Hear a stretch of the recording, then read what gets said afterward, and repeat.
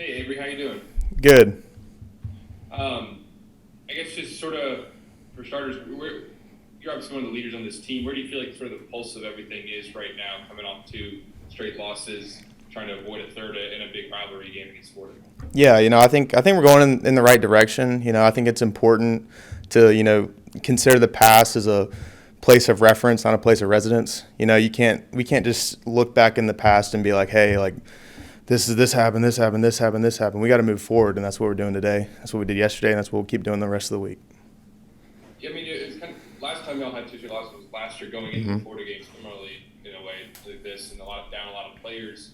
Is there something that you can draw on from that experience last season, even though that game was pretty wacky? Yeah, that was a crazy game, but they're coming to our stadium, and we got to protect our house.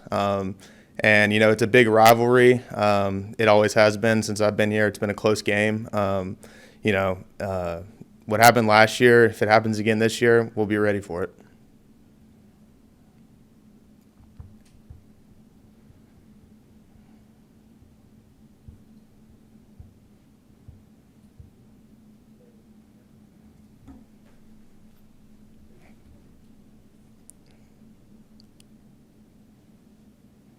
I think someone's talking, but I can't hear him very well.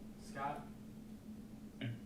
Hey, Avery, Scott Ravelli from the Advocate. You were holding on the field goal last year, right?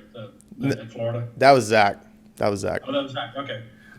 But can you remember that sequence? I mean, being a kicker, I'm sure you're relating to what both kickers went through at the end of that game, right? Cade makes the great kick, and their guy, they thought they made. I think a lot of their fans thought they made it. They couldn't see because of the fog. Yeah.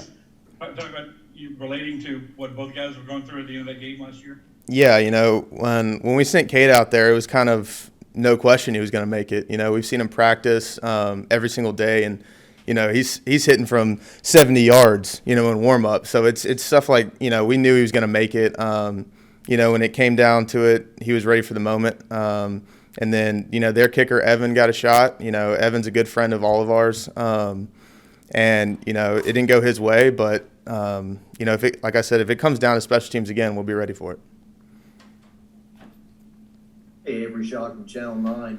Tyron a while ago was talking about when Florida came here in 2019. Yeah. He said he had never seen anything like that in terms of the atmosphere in the crowd, and I think everyone kind of thought it was a perfect 10 that night. What do you remember about that night?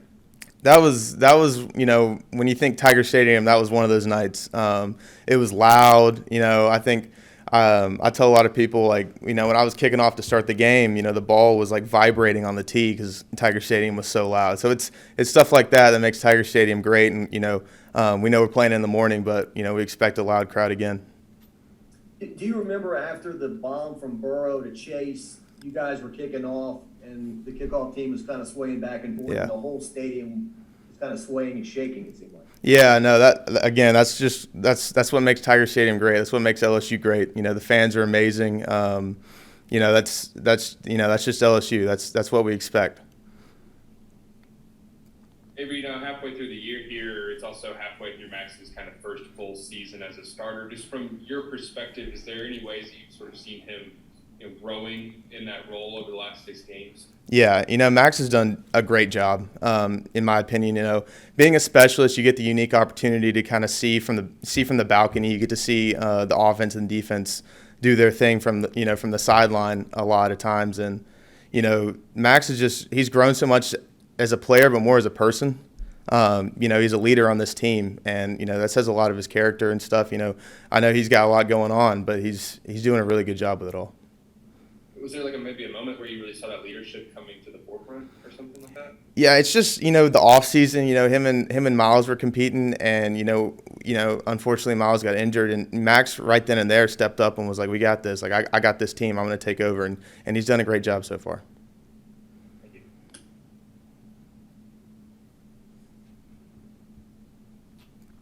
Hey, Avery, how you doing? Hey, what's up?